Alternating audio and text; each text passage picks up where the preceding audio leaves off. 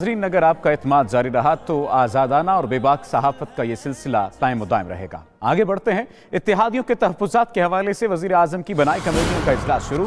Speaker Asad Qaiser इजलास की सदारत कर रहे हैं। इजलास में गवर्नर सिंध और पंजाब, वज़ीर आला पंजाब परवेज़ खटक, असद उमर, शफ़क़त महमूद, कासिम सूरी शरीक हैं। स्पीकर असद कैसर की ज़ेर सदारत इजलास में गवर्नर सिंध और गवर्नर पंजाब जबकि वज़ीर आला पंजाब भी शिरकत कर रहे हैं। परवेज़ खटक, असद उमर, शफ़क़त महमूद, कासिम सूरी भी इजलास में मौजूद हैं। कमेटियों की बहाली का ये मामला है। इत्तेहादियों के तहफ़्फ़ुज़ात से मुताल्लिक़ वज़ीर आज़म की बनाई गई कमेटियों का आज ये इजलास हो रहा है, जिसमें मुख्तलिफ लोग, मुख्तलिफ हुकूमती कारकुनान शिरकत कर रहे हैं। स्पीकर असद कैसर की ज़ेर सदारत इजलास में गवर्नर सिंध और पंजाब जबकि वज़ीर आला पंजाब भी शरीक हैं। स्पीकर असद कैसर इजलास की सदारत कर रहे हैं। इजलास में गवर्नर सिंध और पंजाब, वज़ीर आला पंजाब परवेज़ खटक, असद उमर, शफ़क़त महमूद, कासिम सूरी भी शरीक हैं। इत्तेहादियों के तहफ़्फ़ुज़ात से मुताल्लिक़ वज़ीर आज़म की बनाई गई कमेटियों का ये इजलास है। इस पर बात करेंगे अपने नुमाइंदा फ़हीम अख्तर से। फ़हीम अख्तर, आगाह कीजिएगा कौन कौन इस मौके पर मज़ीद मौजूद होगा?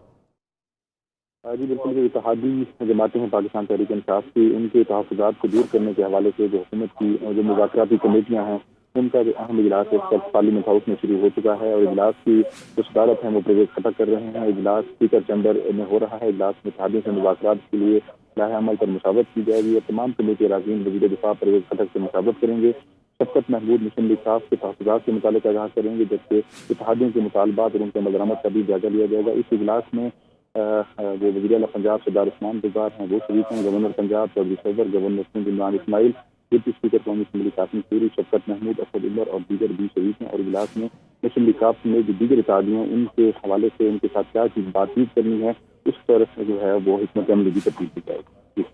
बहुत शुक्रिया फ़हीम अख्तर आगाह करने के लिए।